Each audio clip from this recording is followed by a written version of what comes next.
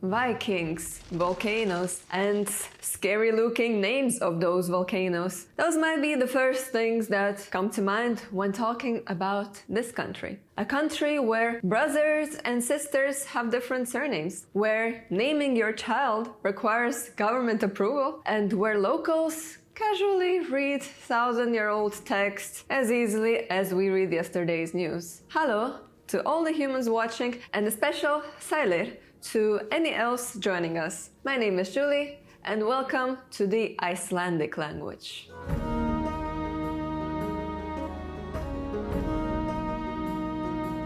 Icelandic is spoken by around 330,000 people, mainly in Iceland itself, with small communities in Denmark, Canada, and the US. That's not a lot of speakers. It's 2 times smaller than the population of my hometown Riga, and Riga is really small. Add to that the fact that out of the 400,000 population of Iceland, around 18% are immigrants, and the all-encompassing global power of the English language. And one may start fearing for the future of the Icelandic language. On another hand, some have predicted the death of the Icelandic long time ago. In 1813, a Danish linguist, Rasmus Rask, predicted that 100 years later, that is around 1913, nobody in Reykjavik would understand Icelandic, seeing how the Danish language was pervading the everyday life of Icelanders at the time. And that 200 years, by around 2013, nobody in the country would understand it. But here we are in 2025, and Icelandic is very much alive, with more native speakers than in 1813. So I wouldn't condemn Icelandic to a certain death, as history has shown how strong and resilient it can be. And since I mentioned history, let's pass already to the section where we're gonna talk about what everyone is waiting for: the brutal bearded dudes roaming the seas.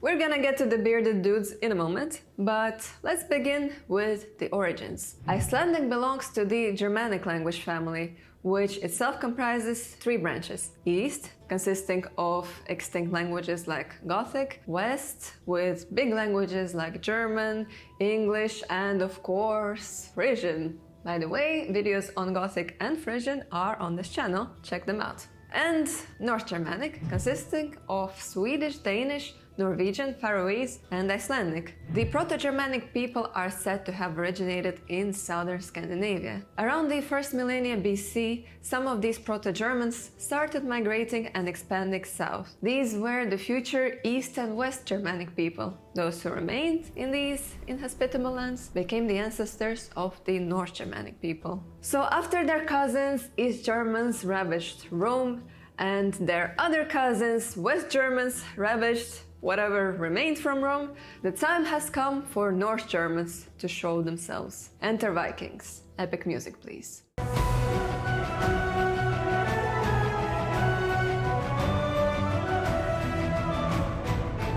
Why were the Vikings so successful? Short answer: amazing boats, which means they dominated on sea; battle tactics, which helped them be quick and not take on a larger enemy; and the absence of soft feelings towards Christianity, so they had no remorse raiding unprotected monasteries, which by that time had already amassed significant wealth.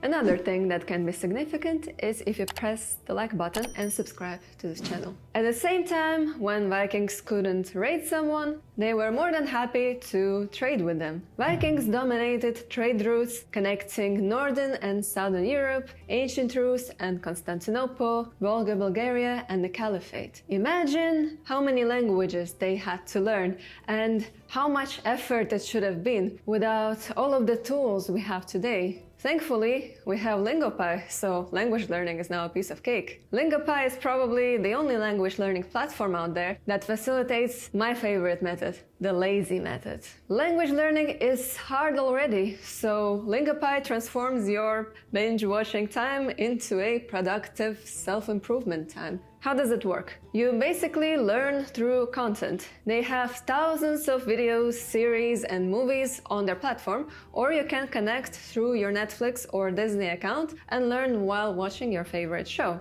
What's your favorite show at the moment?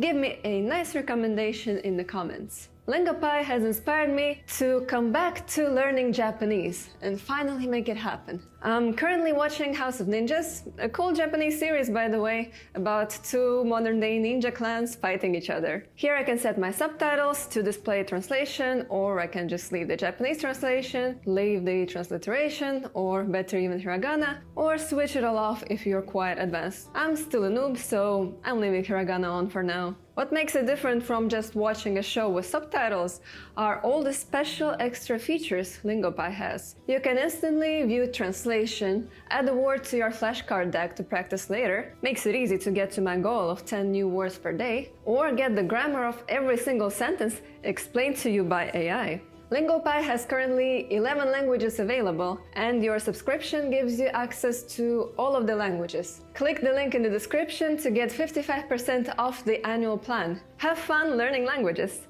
Now let's get back to our Vikings. So these are all very interesting and fun European affairs, but what about Iceland? It could be that this little island in the Atlantic was known even to the ancient world. As early as 320 BC, a Greek explorer Pytheas is said to have visited an island which was 6 days sailing to the northwest from the northern coast of Britain. He called this island Thule. Was it Iceland, or maybe Greenland, or maybe something else? It's hard to say now. According to the Viking sources, the Landnámabók, or the Book of Settlements, Iceland was first discovered in the 9th century by Nadod, who was blown off course and suddenly stumbled onto this unknown land, which he named Snowland. Some years later, another Viking, Gardar Svavarsson, discovered the island in a similar turn of events and just renamed it after himself, Gardarsholmi, or Gardar's Island, because why not? Next, Raven Floki set off with his family to specifically settle the island. He allegedly used ravens to help him find the land, and upon seeing the drift ice around the fjords, he named the island Iceland. He was unprepared for winter and had to leave the next year. Around the 870s, Iceland was finally starting to get permanent settlers, mostly from West Norway, led by a man named Ingólfur Arnarsson, who established Reykjavik. Apparently, they were not alone on this island. Some Irish monks seeking solitude and isolation were living there long before. As you can imagine, their solitude quickly ended after the arrival of the settlers. Even though Iceland was now part of this large Viking world, Icelanders had their own ways. While the other Nordic people were fighting for who would be the king, Icelanders were deciding on affairs democratically, and in 930 even established a parliament, Alþingi, which survives to this day, making it the oldest surviving parliament in the world. While in Europe people were cutting each other's throats because of religion, Icelanders in the year 1000 peacefully and democratically voted to convert to Christianity. Probably because of this isolation and a very special setting. I mean, have you seen the pictures of Iceland? It looks like it's on another planet. Probably because of that, Icelanders were the most renowned poets, and kings all over Scandinavia would want to have an Icelandic skald at their court. Icelanders also invented the genre of saga, pronounced in Icelandic as saga. Sagas are any kind of story in prose. They could be about heroes or nations, history or fiction, ancient gods or Christian saints. During the Viking Age, the North Germanic people still spoke mutually intelligible dialects of the same language, what we call now Old Norse, and what could have been called back then the Danish tongue or the Northern speech. The languages have finally formed as separate entities towards the 14th century. Out of all of these languages, Icelandic is said to have remained the closest to the medieval ancestor. That is probably thanks to Iceland's isolation, though, as we saw in the beginning, it wasn't all completely without influence, and some even predicted the language would die out.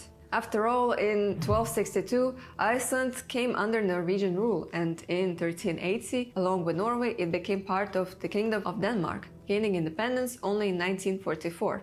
Interestingly, Icelanders were concerned about language purity since the 17th century, long before it became cool elsewhere. Though in this period, the main inspiration for pure Icelandic were the old texts. So when they were trying to coin new native words to replace loanwords, the Celtic forms were considered archaic and just weird. Only in the 19th century, the purists understood, finally, that they shouldn't look for inspiration from the learned man, and instead turned to the common people outside of towns in search of the real unspoiled Icelandic to create new Icelandic words. This period saw a concerted effort to purge Icelandic of Danish influences and to create Icelandic terms for new concepts and technologies. After Iceland gained independence, the protection of the language has remained a cornerstone of Icelandic national policy. The Icelandic Language Council, established in the 1960s, continues to work to preserve the purity and integrity of the language. Words like rafma or amber power for electricity and tölva, computer, which blends tala, number, and völva, prophetess, literally a number prophetess, are great examples of how this language purity policy works. That being said, not all neologisms succeeded.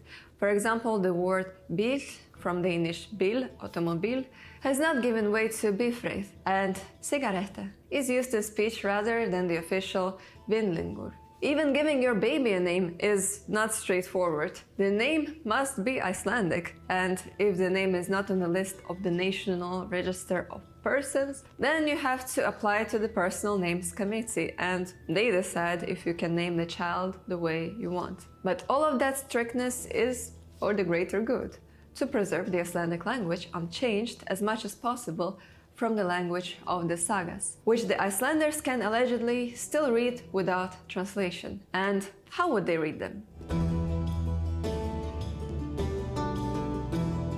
The first writing system developed by the Germanic people were the runes. The runes were probably derived from the Etruscan or the Old Latin alphabet and were already in use around the first 2 centuries CE. Both the Svingerud runestone from Norway and the Wimos comb from Denmark are dated back to 150 CE and can be considered the earliest known runic inscriptions. I elaborate more on the runes, their origins, and how to read them in my Gothic video, so check it out. Even though the runes existed and were extensively used from the reception and all throughout the Viking Age, their usage was quite limited to short commemorative inscriptions or inscriptions stating ownership, or for rituals. The poetic tradition has been entirely oral for centuries. In Iceland, the adoption of a Latin-based alphabet came with Christianity. First things inscribed were Icelandic laws. Prior to that, court was conducted based on the knowledge of a lögsögumaður,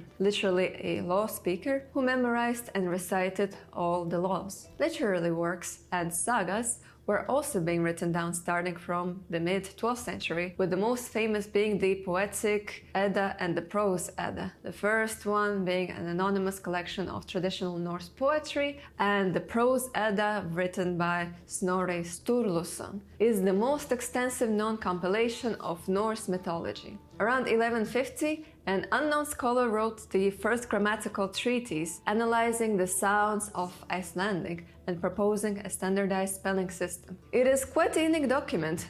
Do you know a lot of grammatical treatises in Europe in the 12th century? Do I even know any? It is an extremely valuable source that tells us how this ancient language used to function. For example, it tells us there used to be nasalized vowels in Old Norse, but which are not anymore present in modern Icelandic. So, what sounds are there in modern Icelandic? Icelandic is notorious for its complex pronunciation and just making everything look not like it actually sounds. There are 32 letters in the Icelandic alphabet, but much more different sounds. Let's say you were planning a trip to Iceland. You would most likely fly into... correct, Keflavik.